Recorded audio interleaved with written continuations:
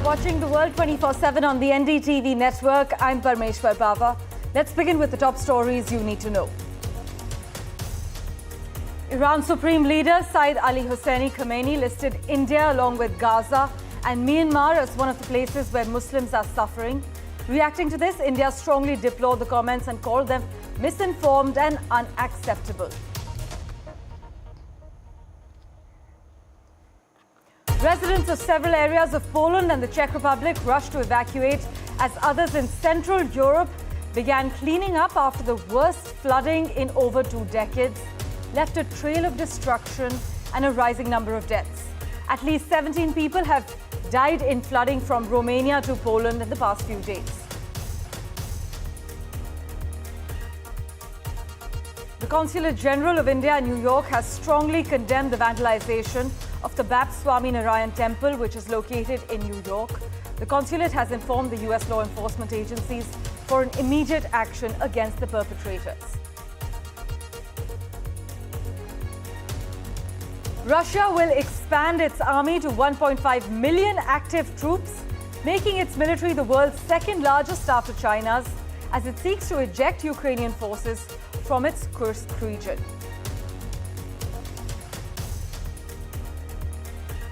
The suspect in the second apparent assassination attempt of Donald Trump was charged with 2 gun crimes.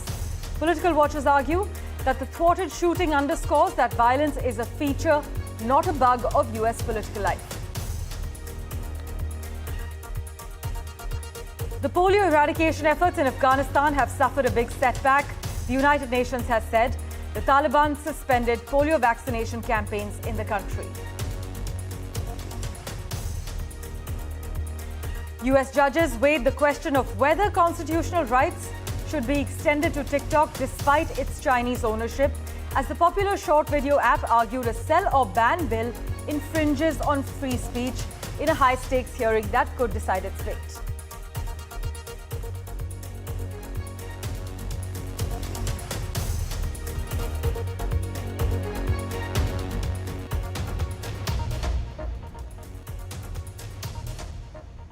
Our big focus, Iran's Supreme Leader Sayyid Hosseini Khamenei has included India alongside Gaza and Myanmar as regions where Muslims are experiencing hardship. In response, India strongly condemned Khamenei's remarks, calling them misinformed and unacceptable. But in a post on X, Mr. Khamenei had said the enemies of Islam have always tried to make us indifferent with regard to our shared identity as an Islamic Ummah. We cannot consider ourselves to be Muslims if we are oblivious to the suffering that a Muslim is enduring in Myanmar, Gaza, India, or any other place. Hours later, in retaliation, our Ministry of External Affairs released a sternly worded statement. It declared, "We strongly condemn the Supreme Leader of Iran's comments about minorities in India. These statements are based on misinformation and are unacceptable. Countries should review their own records on minority issues before commenting on those of others."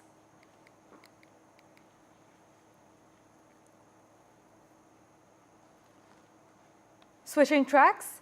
Well, after 2 near assassinations in 2 months, the Secret Service in the US is facing scorching criticism for its work to protect former US President Donald Trump.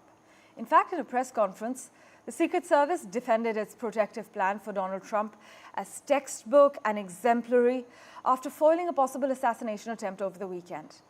But the press conference came the same day the suspect, Ryan Ruth, who's 58 years old, was charged with possession of a firearm by a convicted felon and possession of a firearm with an obliterated serial number. Authorities said Ruth left a semi-automatic rifle at the scene, where a federal criminal complaint alleges that he may have been waiting for Trump outside his golf course near Mar-a-Lago for almost 12 hours. Benji Hire reports for NDTV.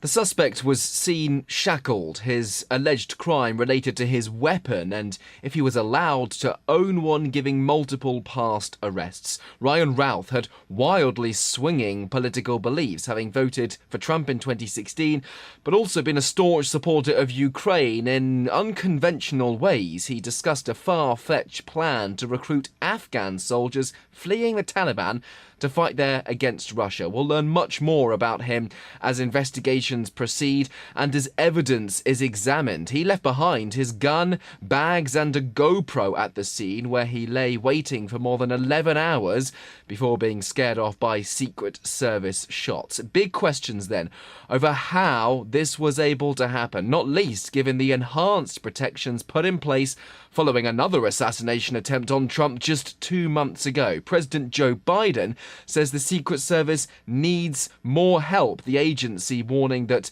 we are living in dangerous times. Its acting director was taking part in a press conference alongside the FBI and local law enforcement earlier. The Secret Service's head confirming that Trump's security is now, quote, at its highest level. The former president made his own statements blaming both Biden and Kamala Harris for inciting the gunman's actions because of his communist left rhetoric.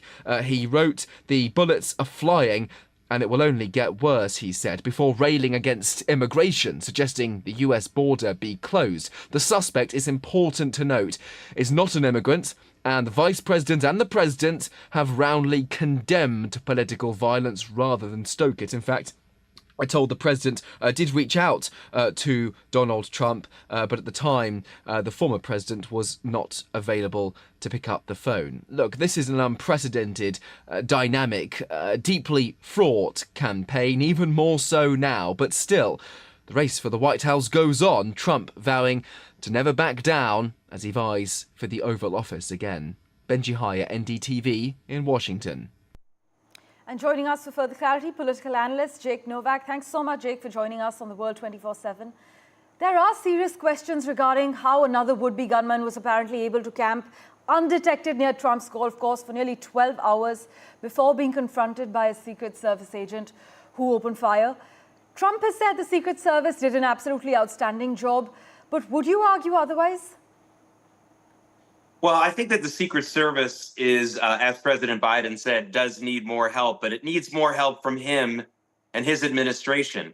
The outrage here isn't just that this man was stalking Donald Trump. That's the word, stalking, for about 12 hours. But it's questionable how this man was able to travel so easily internationally. How was he able to get a gun? He has several felony convictions against him. He has open cases against him. It's too much of a coincidence. Whoever allowed him to get away with as much as he got away with knew what they were doing. That's really the only explanation. It is very hard for anyone, even with a small conviction, to travel to Ukraine, to travel all across the United States, to buy a weapon in that way. It's not easy.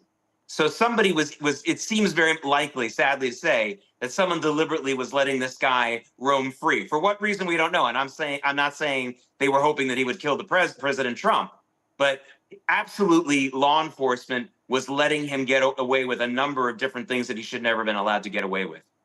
Right. Meanwhile, many argue that Trump has often treated political violence as a resource. In fact, case in point being the bomb threats in Ohio after the former president claimed that immigrants were eating pets.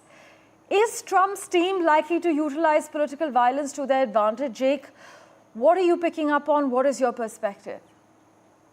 Yeah, absolutely not. And I know I have to take a little bit of issue with your reporter's comments about how both President Biden and Vice President Harris have always been against political violence. There are many, many different sound bites of Joe Biden and Kamala Harris. One of Joe Biden several times saying he would like to take Donald Trump behind the gymnasium and beat him up. Joe Biden said that several times in 2020. Right. Kamala Harris, when asked if she would be in an elevator with Donald Trump, she asked, could one of us not be alive when they left? These people who are political enemies of Donald Trump have stoked violence much, much more than he has. Now, I'm not saying that everything he says is responsible, is the best thing. But the political violence rhetoric from Donald Trump's opponents is much, much worse than his, much, much more pinpointed and much, much more insightful. And that goes without saying. The question that you asked earlier about political violence in America is it spread. Actually, thank God, we're not very politically violent yet in this country. What we do have is a serious mental illness epidemic in this country. And if that isn't fixed, then we will have violence very soon, yes. So you stand by the fact that America is not witnessing serious political violence even after 2 near assassination attempts on a former US president? Well, we're not seeing widespread violence. Those two incidents were definitely violent, no doubt about it. But we haven't had a major candidate or even a minor candidate assassinated or attacked in this country in many decades, thank goodness. The last president who was shot while he was president was Ronald Reagan, and that was 43 years ago. So we're not seeing widespread violent acts. We are seeing widespread mental illness and insightful comments. That's the problem, and that makes us very, very close to having violence pretty soon. I think so. Thanks so much, Jake, for joining us. As always on The World 24/7, we will, of course, revert to you for regular updates in the run-up to the November showdown. In other news, the Consulate General of India in New York has strongly condemned the vandalization of the BAPS Swaminarayan Temple, which is located in Melville in New York. The consulate has informed the U.S. law enforcement agencies for an immediate action against the perpetrator.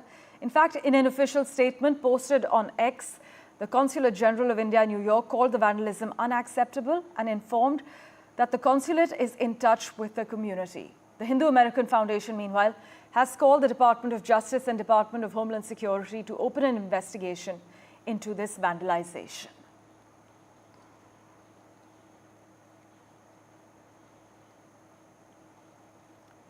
Well, with that, let's turn our attention now to Central Europe. Residents of several areas of Poland and the Czech Republic rushed to evacuate as others in Central Europe began cleaning up after the worst flooding in over 2 decades left a trail of destruction and a rising number of deaths. A firefighter died during a flood rescue in Austria, and 1 person drowned in Poland as torrential rain caused by Storm Boris continued to cause absolute havoc across Central and Eastern Europe. In Romania, 5 people have died while several remain unaccounted for in the Czech Republic. The Austrian province surrounding Vienna has been declared a disaster area, with its leaders speaking of an unprecedented extreme situation.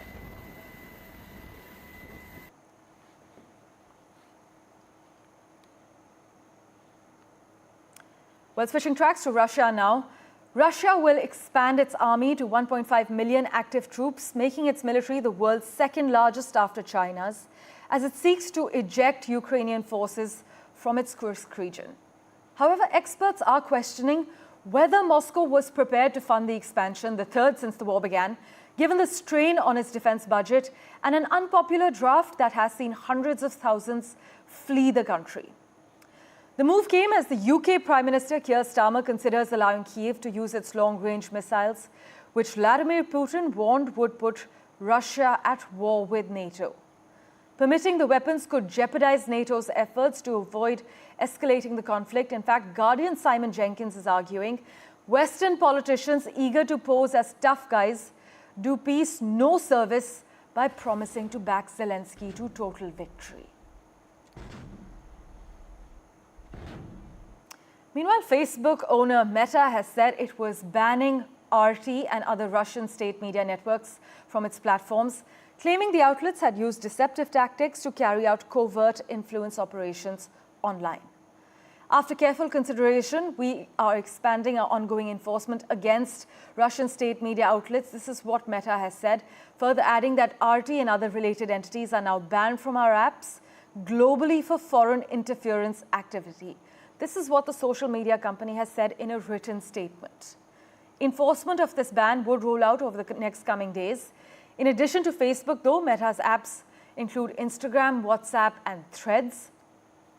And essentially, this ban actually marks a sharp escalation in actions by the world's biggest social media company against Russian state media, after it spent years taking more limited steps like blocking the outlets from running ads and reducing the reach of their posts.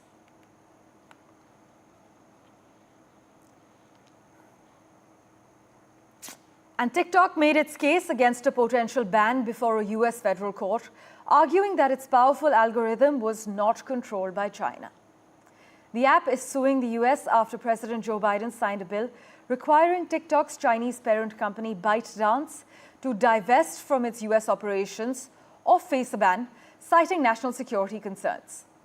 Its fate remains unclear, as the judges appeared skeptical of TikTok's arguments but also grilled the US government over First Amendment concerns. ByteDance, meanwhile, is developing its own artificial intelligence chip The information reported in an effort to reduce reliance on US chip giant NVIDIA amid intense artificial intelligence competition in China.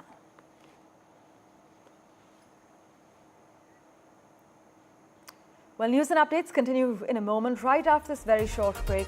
Don't go anywhere.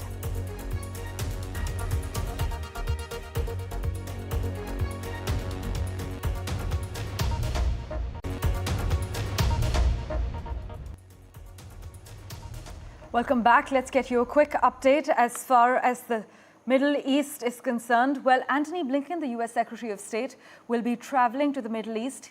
He will be touching down there on his 10th trip. What's the agenda? Well, a new ceasefire deal. Let's take a look at what the reports are saying. US has warned Israel against the Lebanon war. Meanwhile, in fact, the Israeli Prime Minister has said that he will do what's best for Israel.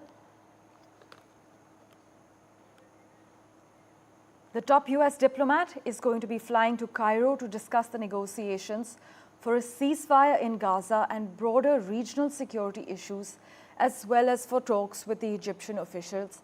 This is what the US State Department spokesman Matthew Miller has said. In fact, the statement only mentions one stop in Egypt, and it does not appear that Mr. Blinken will travel to Israel on this visit. In fact, we have with us Middle East expert live from Washington at the moment, Reza Khanzadeh, joining us on the World 24/7. Thank you so much for making time for us. This latest bout, Reza, of regional diplomacy that's unfolding as the US and partners struggle to close the remaining gaps in talks for a ceasefire. How optimistic are you about the potential outcomes of Blinken's 10th visit to the Middle East? Yeah, I'm not optimistic at all.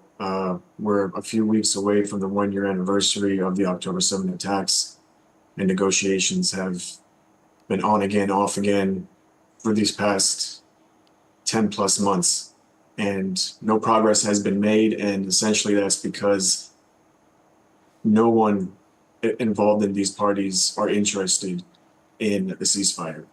It serves each party's best interests for this conflict to continue. It serves Israel's, particularly the Prime Minister of Israel, Netanyahu, his best interests for this conflict to continue, because once this conflict is over, his court hearings begin and his subsequent conviction will then continue for him to possibly serve prison time. So he wants this conflict to continue.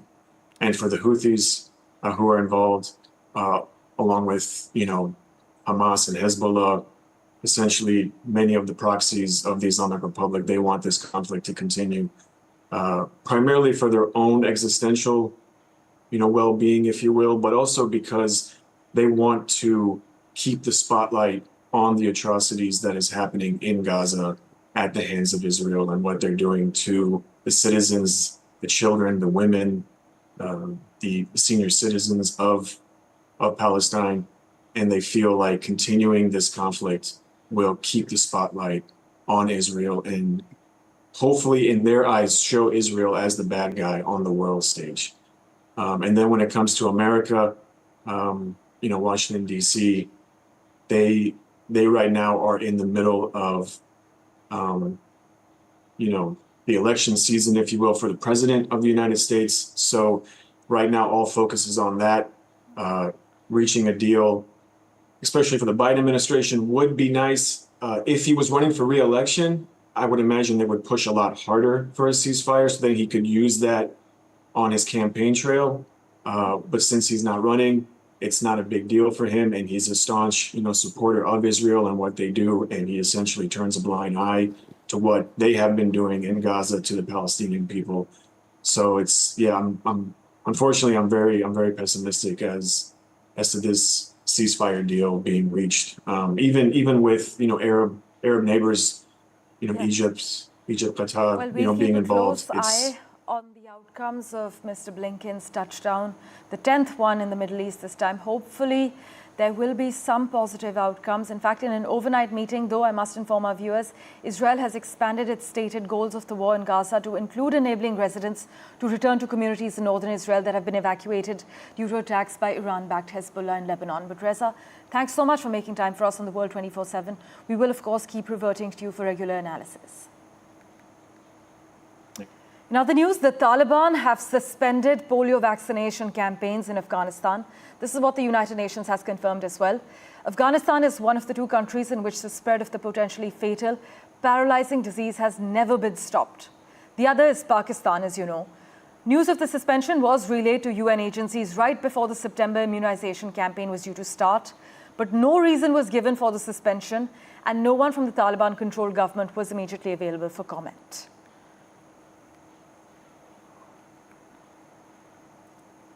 A quick update from the United Kingdom now. London's Oxford Street will be pedestrianised under proposals just set out by Sadiq Khan, the city's mayor, as he tries to make the famous thoroughfare the leading retail destination in the world.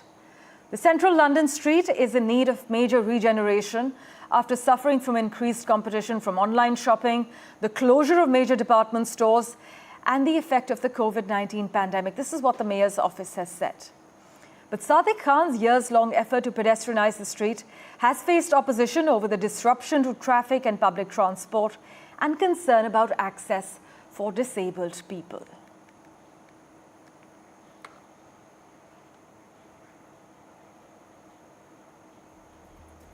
Thank you for investing your time and watching this edition of the World 24/7.